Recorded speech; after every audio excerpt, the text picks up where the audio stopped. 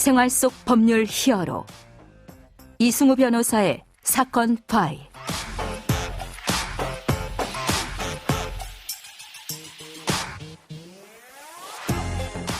안녕하세요. 이승우입니다. 각종 사건 사고에서 여러분을 구해드리겠습니다. 오늘 열어볼 사건 파일 뉴스 컷으로 먼저 만나보시죠.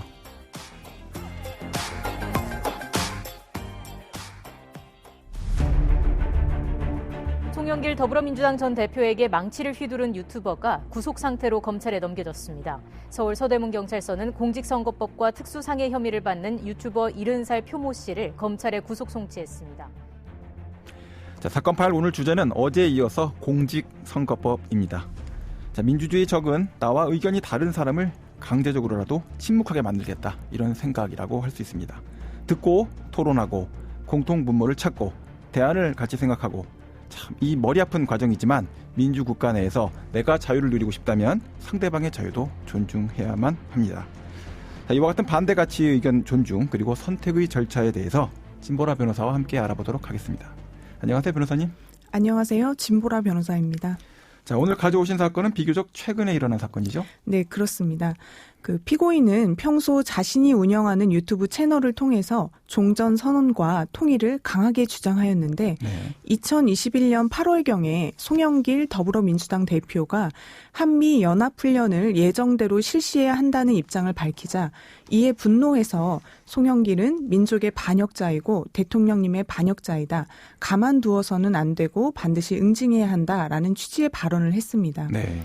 2022년 2월 중순경 제20대 대통령 선거에 선거운동이 시작돼서 당 대표의 선거 유세 일정이 사전에 인터넷과 언론에 공개되자 위험한 물건인 망치를 뾰족하게 깎은 후에 다른 사람들이 쉽게 알아보지 못하도록 검정색 비닐봉지로 둘러싸 가방에 넣어서 2022년 3월 7일 피해자가 신촌 선거 유세장에 방문했을 때 범행을 실행하기로 마음을 먹었습니다. 예. 그리하여 피고인은 2022년 3월 7일 12시 5분경에 피해자가 다수의 시민들에게 가까이 다가가서 주먹을 맞부딪히는 방식으로 인사를 하며 주변을 돌자 그 기회를 틈타 검정색 비닐봉지로 감싼 위 망치로 피해자의 머리를 4차례 강하게 내리친 것입니다. 예, 그 대선 직전에 일어난 사건이어서 저도 뉴스를 보고 좀 많이 놀랐던 기억이 나는데요. 이 사건 이제 피고인 분께서 사망하면서 사건이 종결됐죠? 네, 그렇습니다. 공직선거법 위반 특수상해죄로 구속 상태에서 공소 제기되었는데 2022년 4월 24일 구치소에서 피고인이 사망하면서 공소 기각으로 종결되었습니다.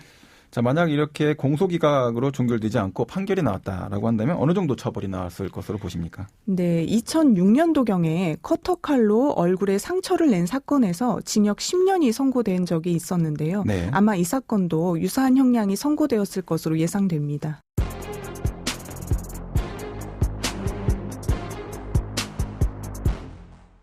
자, 이번 사건과 관련된 이 법률, 이 부분이 포인트가 될 것 같은데요. 선거 과정에서 일어난 폭행, 이런 행동에 대해서는 더 엄한 처벌을 내릴 수 있게 되어 있죠?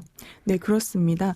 선거 과정에서 행해지는 폭력은 자유롭고 공정하게 이루어져야 하는 민주주의 선거에 대한 중대한 위협이 될 수 있기 때문에 엄히 처벌을 하고 있습니다.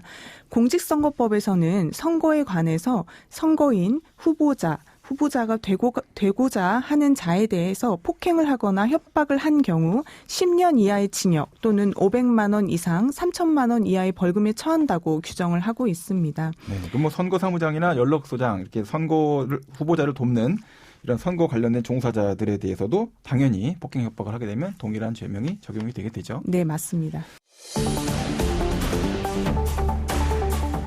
나를 지켜주는, 나를 도와주는 법 이야기. 이승우 변호사의 사건 파일.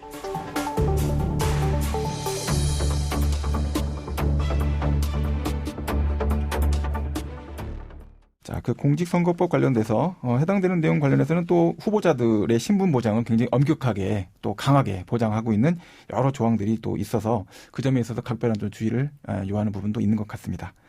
자, 그러면 오늘 사건에 담긴 법 이야기를 한 줄로 먼저 정리해드리고 실제 법적 대응과 자문을 이어가 보도록 하겠습니다.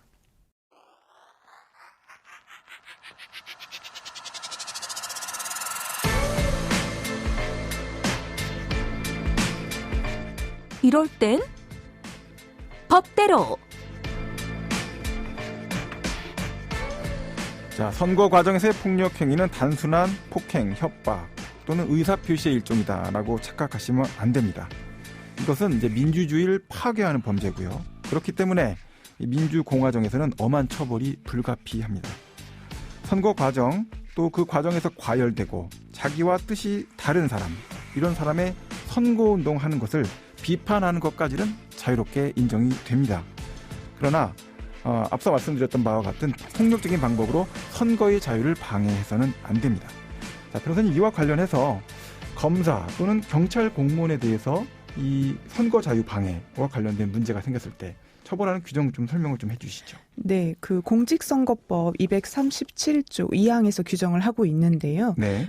검사 또는 경찰 공무원이 1항 각호의 1에 규정된 행위를 하거나 하게 한 때에는 1년 이상 10년 이하의 징역과 5년 이하의 자격정지에 처한다라고 규정을 하고 있는데요. 네. 구체적으로 1항 각호의 1에 규정된 행위를 살펴보면 선거인, 후보자가 되고자 하는 자 등에게 폭행, 협박을 하거나 유인해서 불법으로 체포, 감금하거나 이 법에 의한 선거운동용 물품을 탈취한 행위를 말하고 있습니다.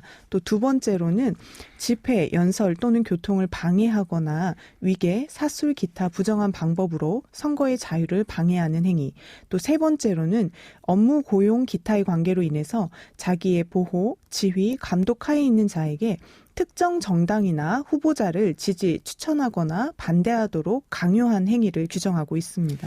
과거에 이제 보면 업무 고용 관계 또는 뭐 보호 지휘 감독 관계에 있는 사람에게 특정 정당 후보자를 지지해라 또는 투표해라 라고 했던 그런 일들이 많이 있었고, 뭐 그로 인해서 사망 사고 같은 것들도 발생하는 일들이 여러 곳에서 있기도 했었습니다. 이제 그와 같은 점을 보면 상당히 많이 이제 사회가 변화하고 좋아진 점이 있긴 하나, 언제나 또 선거 자유 방해와 관련된 문제는 이와 같은 이제 업무 고용 관계 또는 보호 지휘 감독 관계에 있는 관계에선 발생할 수 있기 때문에 항상 주의를 요하는 것 같다, 이런 생각이 많이 듭니다. 생활 속 법률 히어로 이승우 변호사의 사건 파일.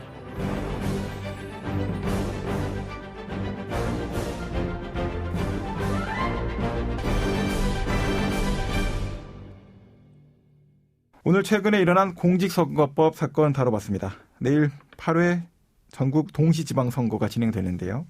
변호사님, 이번 사건의 의미는 뭐라고 보면 될까요?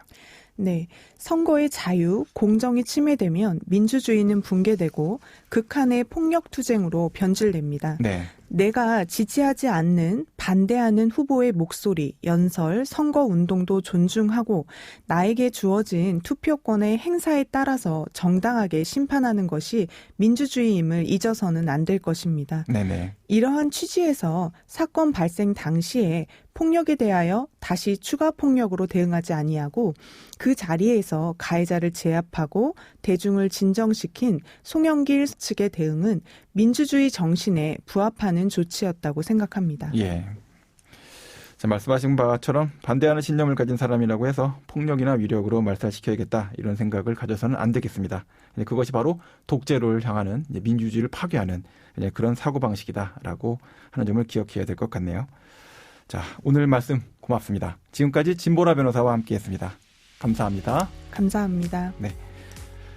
생활 속 법률 히어로 이승우 변호사였습니다. 사건에서 여러분들을 구해드릴 사건 파일 가지고 선거 후에 돌아오도록 하겠습니다. 좋은 하루 되세요.